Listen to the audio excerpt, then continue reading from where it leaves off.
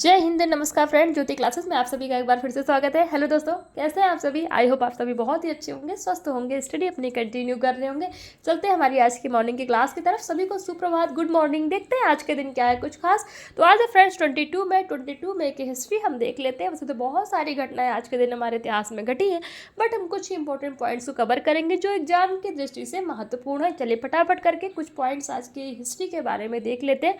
First point आज की history के अंतर्गत हम कवर करेंगे 1915 यानी कि 22 मई 1915 में प्रथम विश्व युद्ध के दौरान इटली ने ऑस्ट्रिया, हंगरी और जर्मनी के खिलाफ युद्ध की घोषणा की। ये तो फर्स्ट पॉइंट हमने देखा। सेकंड पॉइंट कवर करेंगे 1984 में बछेंद्री पाल दुनिया की सबसे ऊंची चोटी एवरेस्ट पर चढ़ने वाली पहली भारतीय महिला बनी। थर्ड पॉइंट 1963 में भारत के पहले ग्लाइडर रोहिणी ने उड़ान भरी। और आज के ही दिन 22 मई को हर साल अंतर्राष्ट्रीय जैव विविधता दिवस के रूप में मनाया जाता है। आज के दिन को हम किस रूप में जानते हैं? तो फ्रेंड्स, आज के दिन हर साल अंतर्राष्ट्रीय जैव विविधता दिवस के रूप में मनाया जाता है।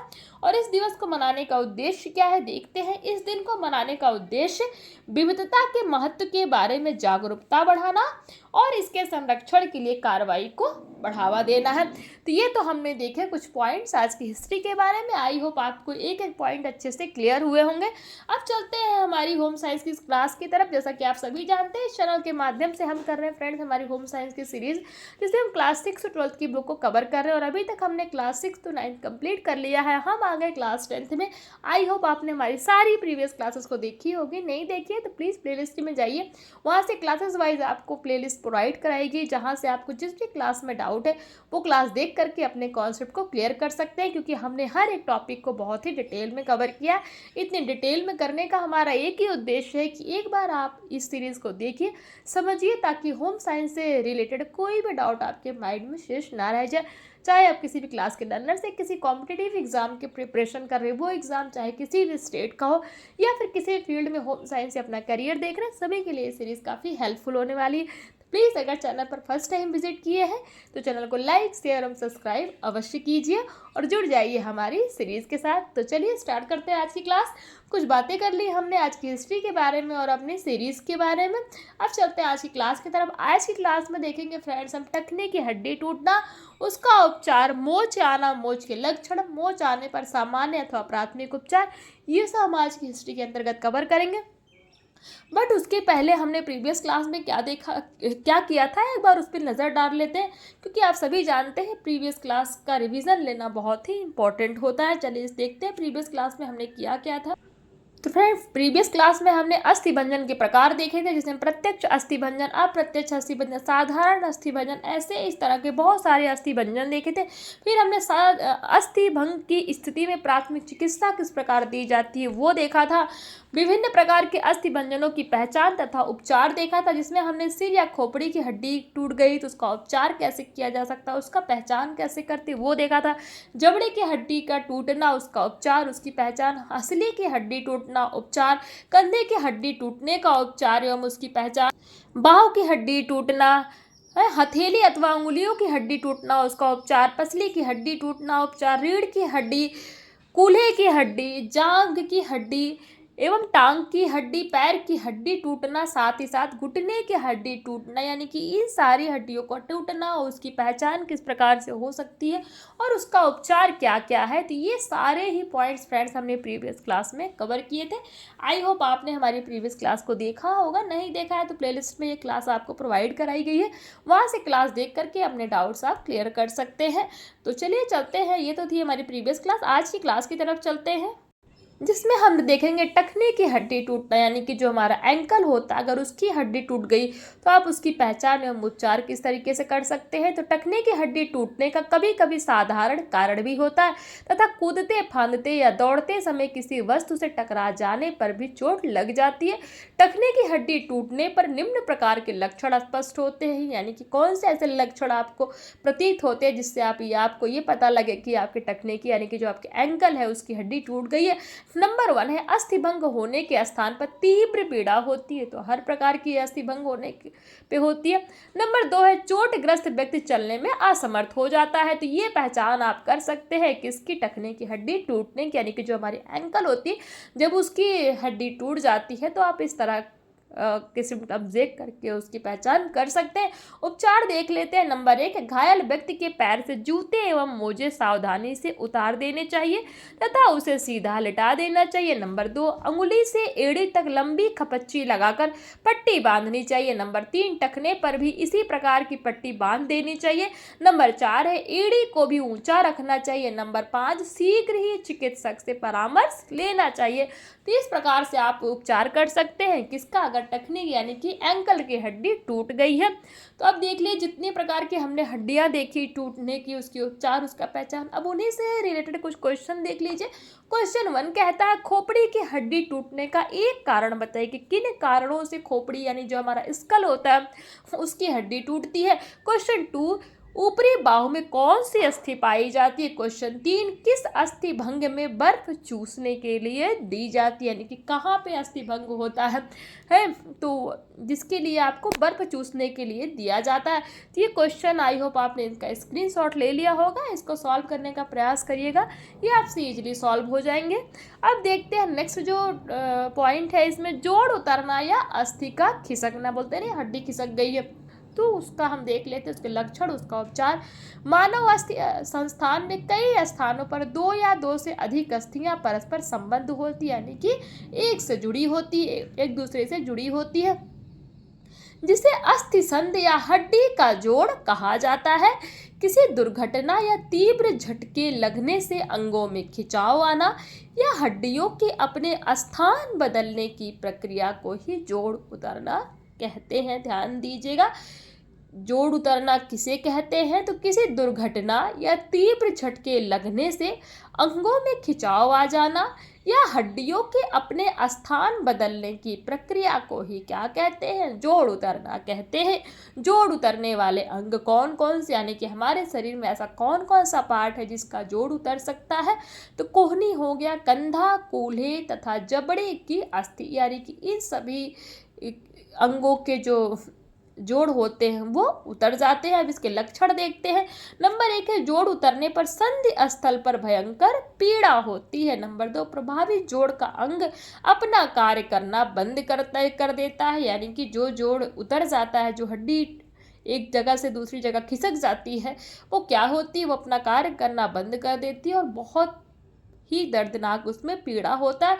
जैसे यदि कंधे का जोड़ उतर जाए तो बाह को हिलाना डुलाना असंभव हो जाता है।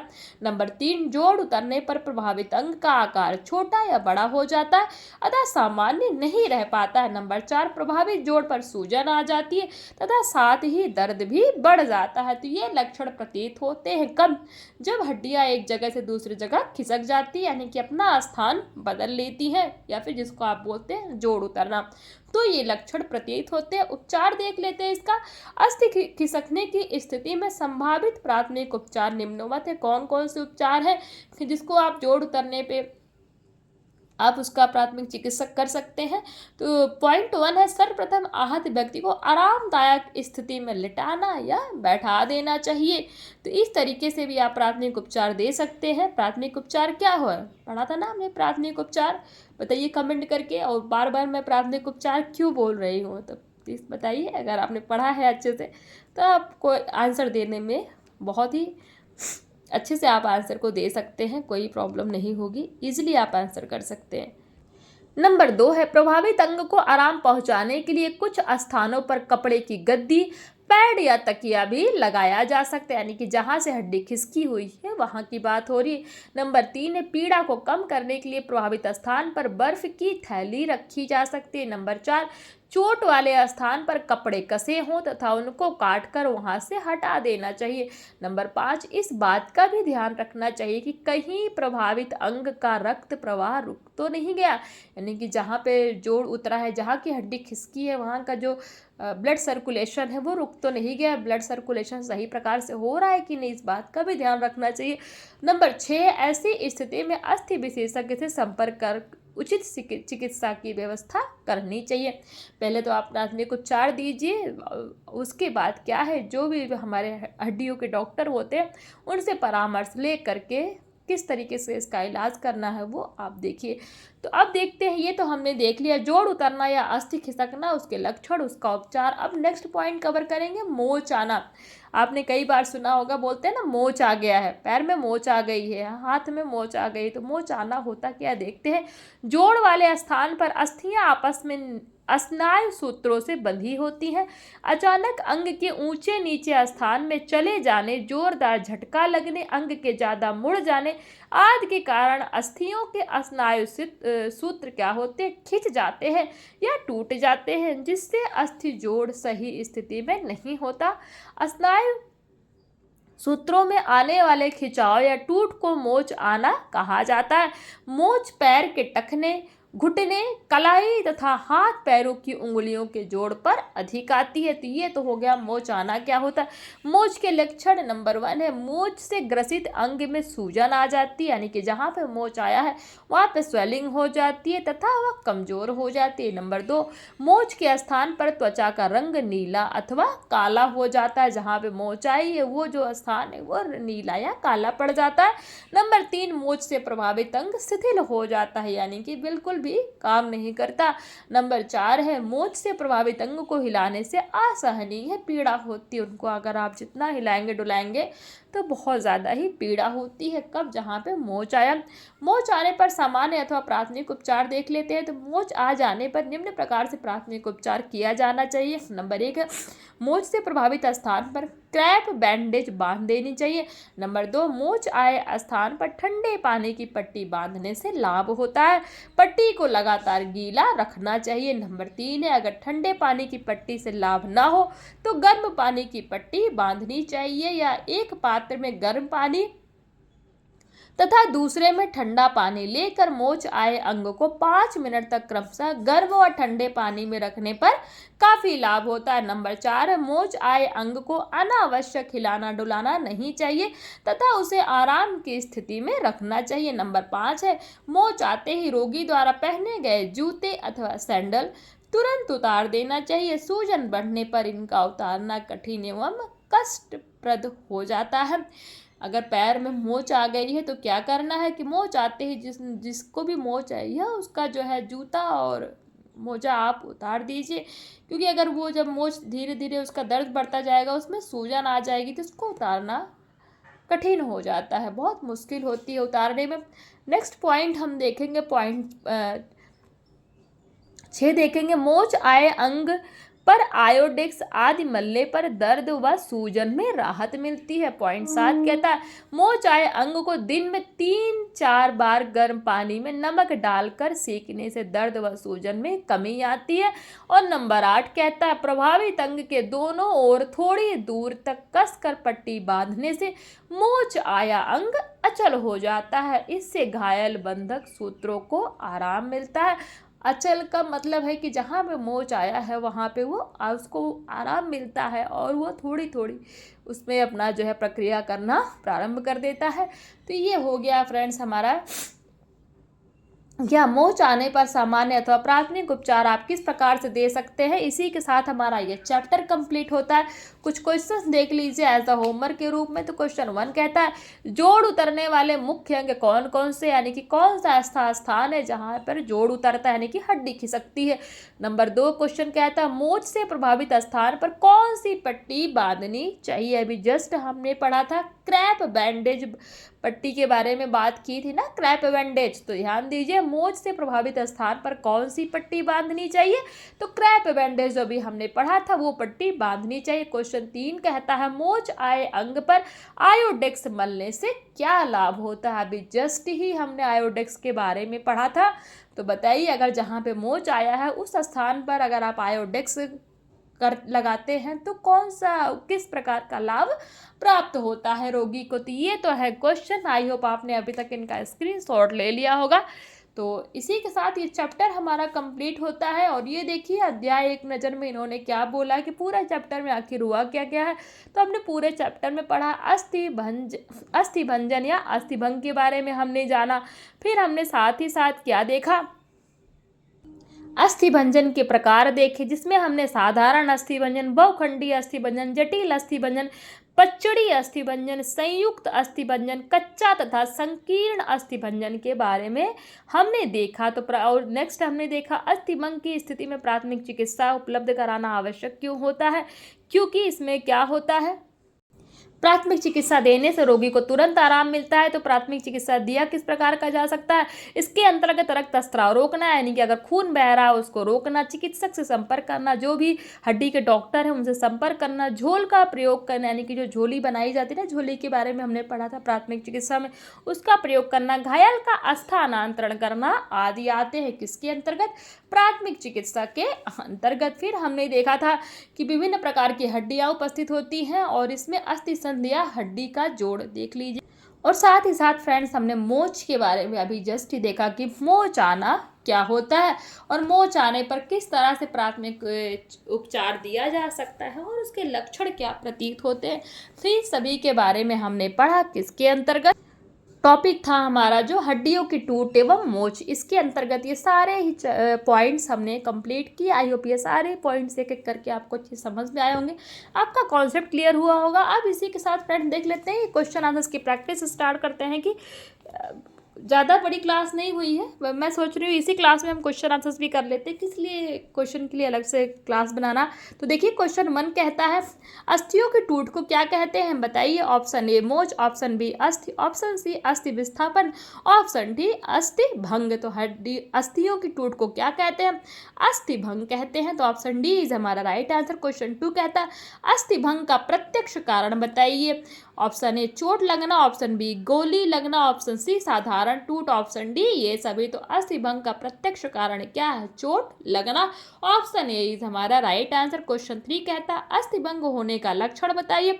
ऑप्शन ए है त्वचा का रंग बदलना, ऑप्शन बी अंगों का विकृत होना, ऑप्शन सी सूजन का आना, ऑप्शन डी ये सभी। तो फ्रेंड्स अस्थि भंग होने का लक्षण में ये सभी आ जाएंगे, यानी कि अगर हड्डी टूट गई है तो त्वचा का रंग भी बदल जाता है, अंगों की विकृत होना यानी कि जहाँ की हड्डी टूटी है वो अंग खराब भी हो सकता है, और सूजन भी आ जाता है। तो यानी कि ये सारे ही ऑप्शन अस्थि भंग के होने के लक्षण प्रतीत करते हैं। क्वेश्चन 4 कहता है कभी कभी अस्थि भंग वाले स्थान पर त्वचा का रंग कैसा हो जाता है।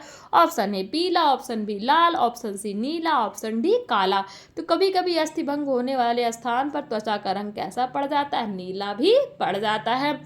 और क्वेश्चन 5 कहता है किस टूट में अस्थि अनेक टुकड़ों में टूटती, यानी कि कौन सी ऐसी टूट है, हमने टूट के भी प्रकार पढ़े थे ना, अस्थि भंजन के प्रकार पढ़े थे, तो किस टूट में अस्थि अनेक टुकड़ों में टूटती है। ऑप्शन ए कहता है संयुक्त टूट, ऑप्शन बी पेचीदा टूट में, ऑप्शन सी पच्चड़ी टूट में, ऑप्शन डी बहुखंडी टूट में। फ्रेंड सीधी सी बात है, बहुखंडी टूट यानी कि नाम से ही प्रतीत होता है बहुखंड, यानी कि अनेक खंड हो जाते हैं किसके, हड्डियों के। तो ऑप्शन डी इज हमारा राइट आंसर। क्वेश्चन 6 से देखते हैं कौन सी वस्तु का प्रयोग अस्थि भंग में अधिक रक्तस्राव रोकने के लिए किया जाता है, यानी कि अगर कहीं पे हड्डी टूटी है और खून ज़्यादा निकल रहा है तो किस चीज़ का प्रयोग करके आप खून का बहना बंद कर सकते हैं। ऑप्शन ए बर्फ का प्रयोग, ऑप्शन बी टूर्निकेट का प्रयोग, ऑप्शन सी रुई से दबाना, ऑप्शन डी इनमें से कोई नहीं। तो फ्रेंड्स टूर्निकेट का प्रयोग हम कर सकते हैं कब, अगर बहुत ज़्यादा खून बह रहा है उसको रोकने के लिए। टूर्निकेट बताइए कमेंट करके कमेंट बॉक्स में कि टूर्निकेट होता क्या। टूर्निकेट के बारे में भी हमने बहुत ही डिटेल में पढ़ा हुआ है। नहीं अगर आपको टूर्निकेट समझ में आ रहा है तो आप प्लेलिस्ट जाइए, ओपन कीजिए और वहाँ पे देखिए टूर्निकेट की क्लासेस भी आपको प्रोवाइड कराई गई हैं। तो बताइए टूर्निकेट होता क्या है। तो ऑप्शन बी यानी कि टूर्निकेट का प्रयोग किस स्थिति में, अस्थि भंग में अगर अधिक खून बह रहा है, रक्तस्राव हो रहा है तो उसको रोकने के लिए हम किसका प्रयोग करते हैं, टूर्निकेट का प्रयोग करते हैं। तो ऑप्शन बी इज हमारा राइट आंसर। क्वेश्चन 7 कहता है कौन सा अंग है जिसमें हड्डी टूटने पर खपच्ची नहीं बांधी जाती। ऑप्शन ए घुटना, ऑप्शन बी खोपड़ी, ऑप्शन सी कलाई, ऑप्शन डी कोहनी। तो फ्रेंड्स ऑप्शन बी हो जाएगा हमारा खोपड़ी, यानी कि खोपड़ी की अगर हड्डी जो हमारा स्कल होता है उसकी हड्डी अगर टूट गई तो खपच्ची बांधने की आवश्यकता नहीं होती। फिर क्या लगाना पड़ता है वो कमेंट करके बताइए। क्वेश्चन 8 कहता है हंसली की अस्थि भंग होने पर बांधेंगे, अगर हंसली की अस्थि टूट गई है तो क्या बांधेंगे। ऑप्शन ए सेंट जॉन डोल पट्टी, ऑप्शन बी लंबी यानी कि रोलर पट्टी, ऑप्शन सी पतली पट्टी, ऑप्शन डी इनमें से कोई नहीं। तो अगर हंसली की अस्थि भंग हो गई है तो आपको क्या बांधना है, सेंट जॉन्स डोल पट्टी, ऑप्शन ए इज हमारा राइट आंसर। क्वेश्चन 9 देखते हैं मोच का लक्षण क्या है, यानी कि अगर मोच आ गए तो कौन से लक्षण प्रतीत होते हैं। ऑप्शन ए पीड़ा होना, ऑप्शन बी सूजन आना, ऑप्शन सी मांसपेशियों में खिंचाव, ऑप्शन डी ये सभी। तो फ्रेंड्स ऑप्शन डी इज हमारा ये सभी। अगर मोच आ गया है तो ये सारे ही लक्षण प्रतीत होते हैं। क्वेश्चन 10 देखते हैं मोच आने पर निम्नलिखित में से किसका प्रयोग करते हैं। Option A Dettol, option B Iodex, option C Savlon, option D cold cream. तो नहीं, अगर मोच आ गया तो न डिटॉल न सेवलॉन न कोल्ड क्रीम, क्या लगाएंगे हम, आयोडेक्स का प्रयोग करेंगे। ऑप्शन बी इज हमारा राइट आंसर। ये हो गया हमारा बहुविकल्पी प्रश्न। अति लघु उत्तरीय देख लेते हैं। अस्थिभंग किसे कहते हैं बताइए। शरीर की यदि किसी भी हड्डी में दरार आ जाती है यानी कि वो टूट जाती है या कोई हड्डी टूट जाए तो उससे अस्थिभंग या हड्डी का टूटना कहते हैं। सिंपल सी बात है। क्वेश्चन 2 है अस्थि भंजन का एक कारण बताइए। झटका लग जाने से अस्थि भंग हो जाती है और किस कारण से होती है वो भी कमेंट बॉक्स में बताइए। क्वेश्चन 3 है अस्थि भंजन के मुख्य प्रकार बताइए। तो जो मुख्य प्रकार आते हैं अस्थि भंजन में, साधारण भंजन, बहुखंडी भंजन, जटिल भंजन, पचड़ी भंजन, संयुक्त भंजन एवं कच्चा अस्थि भंजन। क्वेश्चन 4 अस्थि भंग की क्या पहचान है बताइए। तो असहनीय पीड़ा होती है, सूजन होता है अगर अस्थि भंग हो गई, और बताइए जहाँ पे अस्थि भंग हुई है वहाँ का स्थान क्या होता है, नीला पड़ जाता है। और भी बताइए कमेंट बॉक्स में, एक मैंने बता दिया, एक ऑप्शन आप बताइए। क्वेश्चन 5 है पचड़ी टूट क्या है, यानी कि जो पचड़ी टूट है वो क्या होती है। जब अस्थियाँ टूटकर उसके सिरे एक दूसरे में घुस जाते हैं तो उसे पचड़ी टूट कहा जाता है। ध्यान दीजिएगा पचड़ी टूट क्या है। जब हड्डियां टूट जाती हैं और उसके सिरे एक दूसरे में घुस जाते हैं तो उसी को पचड़ी टूट कहा जाता है। क्वेश्चन 6 है कच्चे अस्थि भंजन से क्या अभिप्राय है।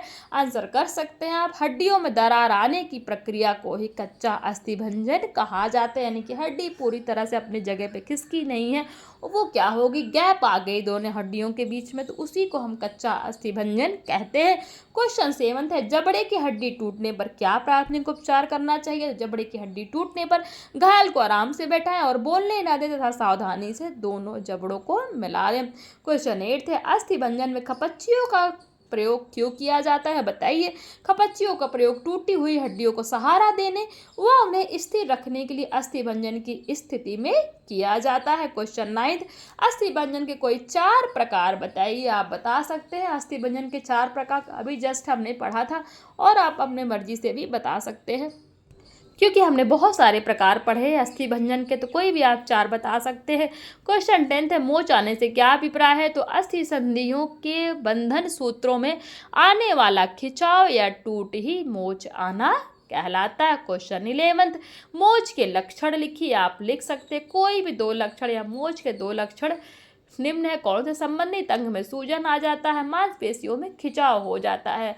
और भी हमने 3-4 मतलब पूरा मोच आने के 3-4 लक्षण पढ़े थे, इसमें 2 इन्होंने पूछा और 1-2 आप कमेंट करके बताइए कितनी बार ये क्वेश्चन पूछा गया। देखिए 2016, 15, 14, 13, 12, 11, 10, 8, 5 कितनी बार ये क्वेश्चन रिपीट हुआ है, तो बहुत ही इंपॉर्टेंट है। आप इसको स्टाफ मार्क कर सकते हैं। तो ये तो हो गया हमारा अति लघु उत्तरीय प्रश्न। लघु उत्तरीय देख लीजिए अस्थि भंजन या फ्रैक्चर किसे कहते हैं, वही सेम क्वेश्चन बट इसको थोड़ा सा वही बड़ा करके लिखना। अस्थि भंग के कारण बताइए। आप इसका स्क्रीनशॉट ले सकते हैं और अपनी सुविधा के लिए और इसको सॉल्व कर सकते हैं। क्वेश्चन आप ले लीजिए।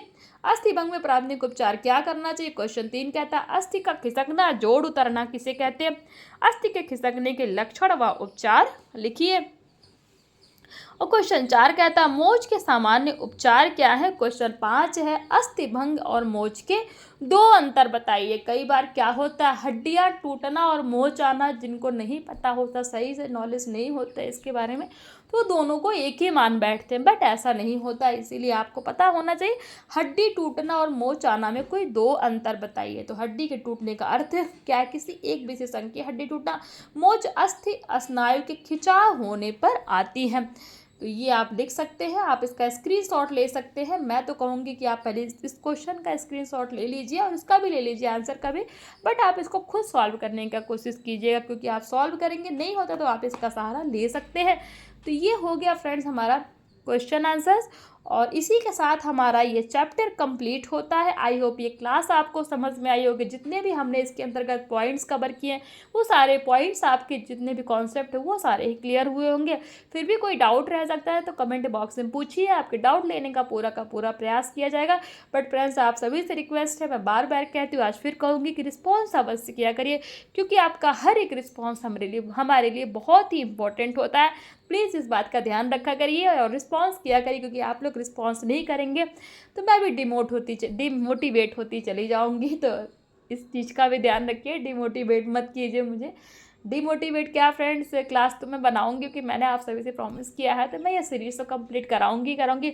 बट हाँ, थोड़ा सा अगर आप रिस्पॉन्स करते हैं, चैनल को सब्सक्राइब करते हैं, शेयर करते हैं, तो इससे क्या होता है, मुझे और भी पढ़ाने की मतलब एनर्जी प्राप्त होती है, नहीं मुझे और अच्छा करना है। तो प्लीज़ आप सभी से रिक्वेस्ट है कि रिस्पॉन्स किया करिए, और क्लास अगर समझ में आ रही तो लाइक शेयर और सब्सक्राइब अवश्य किया करिए। और मैं बार बार कहती हूँ, क्वेश्चन अवश्य सॉल्व किया करिए, कोई क्वेश्चन सॉल्व करेंगे।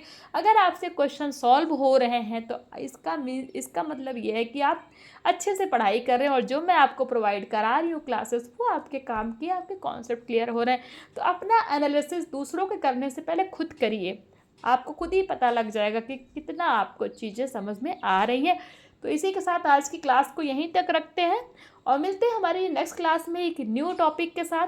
तब तक के लिए जय हिंद, नमस्कार। हंसते रहिए, मुस्कुराते रहिए, एक दूसरे की हेल्प करते रहिए। धन्यवाद।